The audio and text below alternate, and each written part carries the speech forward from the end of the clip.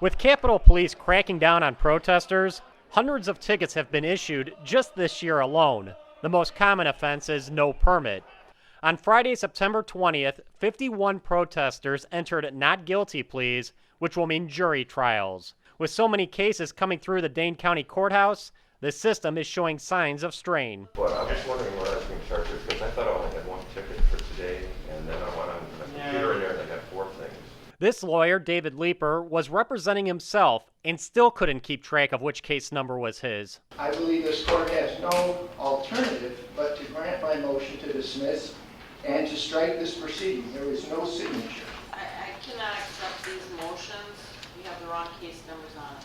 C.J. Terrell told McIver News he was never properly notified about his court date.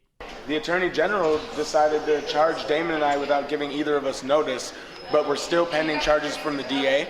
So last week when Damon came to get charged by the DA and didn't, the day after he was in court physically with an attorney, we happened to check CCAP and find out that the Attorney General gave him a court date for 3 days before the court date that the DA just gave him. But even CCAP, the state's online source for court records, isn't always up to date. The Dane County District Attorney and the State Attorney General have agreed the DA will handle criminal violations at the Capitol and the Attorney General will handle civil cases.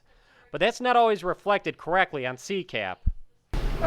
Number one, I'd like to know what I'm being charged with, because again, there's serious confusion as to who the joy of destroying my life belongs to. Well, the ticket is State Capitol Police Department. That's who wrote it. It's unlawful assembly.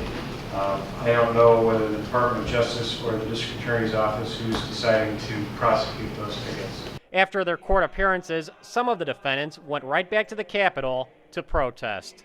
For the McIver Institute, I'm Bill Osmolsky.